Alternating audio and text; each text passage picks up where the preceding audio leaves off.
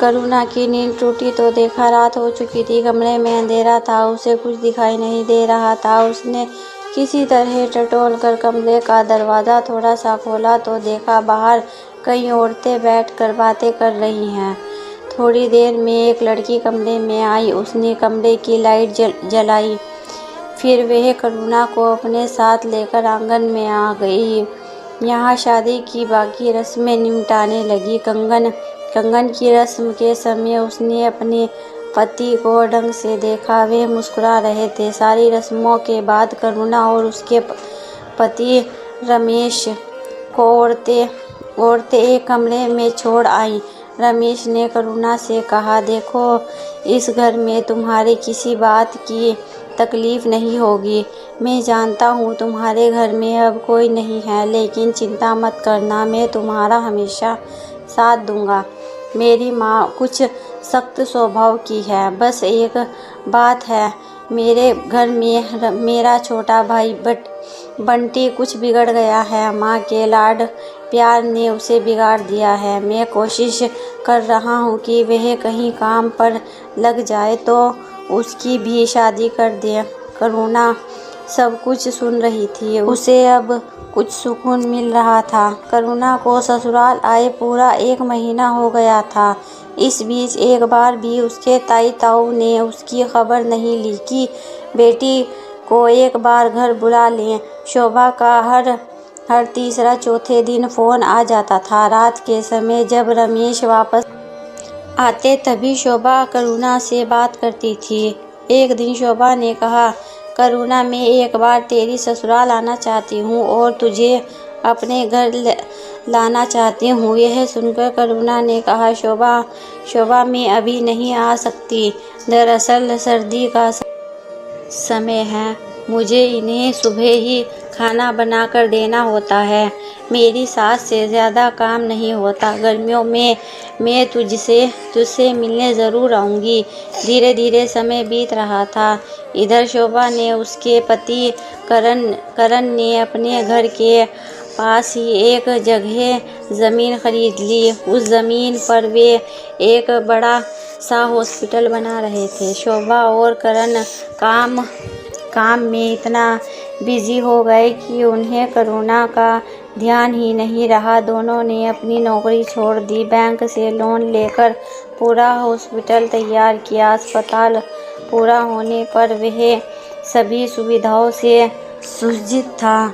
शोभा और करण दिन रात अस्पताल को सुचारू रूप से चलाने का काम में लग गए, जिसमें स्टाफ को भर्ती करना, सारी मशीनें लगाना, पूरे स्टाफ को ट्रेनिंग देना। इन्हीं सब में 2 साल बीत गए। इस बीच ना तो करुणा का फ़ोन आया, ना शोभा उसे फ़ोन कर पाई। 2 साल बाद एक दिन शोभा अपने घर में बैठी थी, तभी उसे करुणा का ध्यान आया। शोभा ने अपने पति करण से कहा, हे भगवान, मैं तो अपनी परेशानियों में करुणा को ही बिल्कुल भूल गई। ना उसका फ़ोन आया। करण ने कहा, क्या करें शोभा, इतना बड़ा काम था, 1 मिनट की फुर्सत भी नहीं मिली। चलो अब फ़ोन कर लो। शोभा ने फ़ोन मिलाया, लेकिन फ़ोन स्विच ऑफ था। कई बार मिलने पर भी जब नहीं मिला तो करण ने कहा, हो सकता है फ़ोन बंद हो गया। कई बार गांव में रात को लाइट नहीं होती, चार्ज नहीं हुआ होगा, कल मिला लेना। उसके पति को दिन में मैसेज कर देना कि घर जाकर करुणा से बात करवा दे। अगले दिन भी शोभा फ़ोन करती रही, लेकिन फ़ोन स्विच ऑफ आ रहा था। शोभा एक बार भी करुणा के ससुराल नहीं गई थी, इसीलिए उसे उस गांव का पता भी नहीं था जहां जाकर वह पता कर सके। कई दिन तक जब करुणा से कोई संपर्क नहीं हो पाया तो शोभा ने अपने गांव जाकर पता करने की सोची। एक दिन वह अस्पताल का काम निपटा कर गाड़ी लेकर अपने गांव पहुंच गई। अपने घर जाकर माँ से मिली। उसे देखते ही माँ ने कहा, बेटा, तुझे देखने के लिए तो आंखें तरस गई। पूरे 2 साल बाद आई है। शोभा माँ के गले लग गई। उसकी आंखें भी नम हो गई। क्या करती माँ, अस्पताल खोलने के चक्कर में समय ही नहीं मिला। अब ज़रा फुर्सत मिली तो आ गई तुमसे मिलने। चाय नाश्ता करने के बाद माँ बेटी बातें करने बैठ गई। शोभा ने पूछा, माँ करुणा के बारे में कुछ पता लगा क्या? कई दिन से उसे फ़ोन लगा रही हूँ लेकिन फ़ोन स्विच ऑफ आ रहा है। शोभा की माँ ने कहा, नहीं बेटा, उसके ताऊ ताई तो ढंग से बात करते नहीं हैं, इसीलिए हम उनसे कोई मतलब नहीं रखते। बस इतना पता है कि उसके घर को किराए पर चढ़ाकर उसका ताऊ मज़े कर रहा है और घर बेचने की कोशिश भी कर रहा है। शोभा ने निराश होते हुए पूछा, क्या मैं एक बार उसके ताऊ से मिलकर पूछूं? शायद उन्हें कुछ पता हो। लेकिन माँ ने मना कर दिया, बेटा वे तो तुझे पहले ही पसंद नहीं करते। तुझे देखते तो और भड़क जाएंगे और मुझे लगता है उन्हें भी कुछ पता नहीं होगा क्योंकि उन्होंने उसे पगफेरे के लिए तो बुलाया नहीं आज तक।